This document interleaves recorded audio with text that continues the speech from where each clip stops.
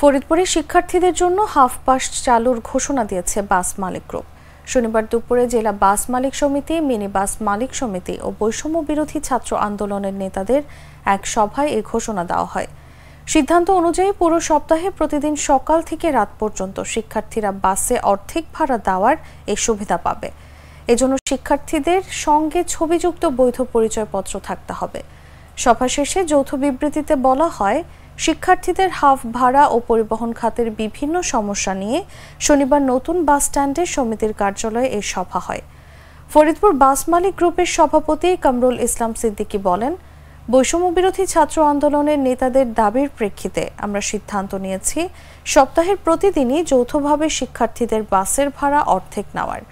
তবে ঈদের 10 দিন আগে ও 10 দিন পরে এবং দুর্গাপূজার 5 দিন আগে ও 5 দিন পরের সময়টুকু এই সিদ্ধান্ত কার্যকর থাকবে না।